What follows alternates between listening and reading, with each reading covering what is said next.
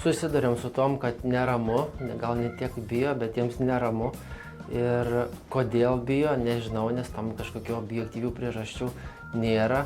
Galbūt kažkokios nuogirdos, kažkokie mitai yra, kad tai nėra saugu, kad gali ten baigtis blogai. Bet iš tikrųjų tai nėra jau tiesa, nes šiais laikais tos vaistai yra saugus ir ta rizika yra labai minimali. Tai bijoti nereikėtų. O sedacija, ypač, tarkim, paprastom procedūrom, tokiam kaip diagnostiniam, kaip kad rentgenologinis tyrimas, yra labai svarbi ir labai daug padeda. Tarkim, jeigu kalbant apie rentgenologinius tyrimus, tai jis turi kažką parodyti. Rentgenologinis tyrimas niekada nebus informatyvus, tiesiog paguldžiu šunį ant stalo, nes kad jį atlikti yra tam tikra metodika, kaip šuo turi gulėti, kokioje padėtyje.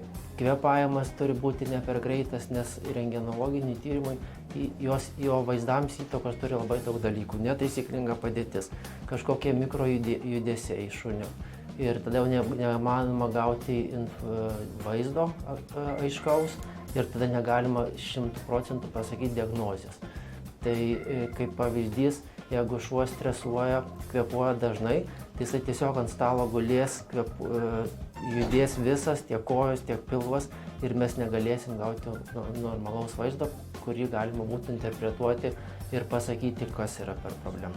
Ir kitas dalykas, kad sedacija nuima stresą gyvūnui.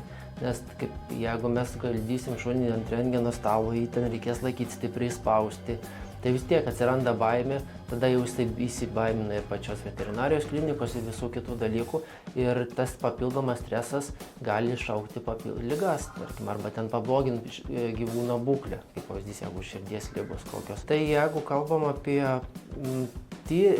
kai gyvūnas yra seduojamas tyrimams kažkokiems, tai laikas yra labai trumpas sedacijos, ten tol, kol atliekamas tyrimas. Jeigu pavyzdys rentgeno diagnostinis tyrimas, tai turbūt ilgiausiai galbūt trunka 20 minučių. Po tyrimo iškart yra leidžiami vaistai, kurie pašalina sedacinį poveikį ir gyvūnas per keletą minučių atsigauna ir būna toksai pats, kaip kad atvežė. Bet tam tyrimui reikia būtinai pasiruošti, kad sumažinti tiesiog rizikas visas, kurios yra. Tai gyvūnas turėtų būti nemaitintas, būtų 12 valandų neduoti valgyti ir neduoti gerti. Arba vandens gali šiek tiek gerti, bet labai mažiau negu kad įprastai.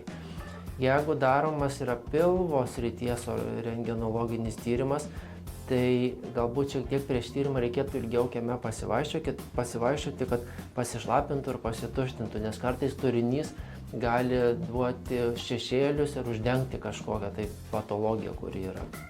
Vis tiek gyvūnas atsipalaidavęs yra ir jeigu skrandyje bus turinio, yra rizika, kad iš skrandžio turinys papuls į trachėją, į plaučius. Tai čia viena didžiausių rizikų ir būtent dėl to rekomenduojama neduoti valgyti, nes užspringimas arba aspiracinė pneumonija yra labai rimti susirgimai ir ne visada galima išgelbėti. Mes darom rentgenologinių tyrimų nemažai per dieną, apie 10 kartais, seduojam gyvūną apie 10 tyrimams, tai aš per paskutinius metus neatsimenu nei vieno atvejo, kad būtų kažkas atsitikę.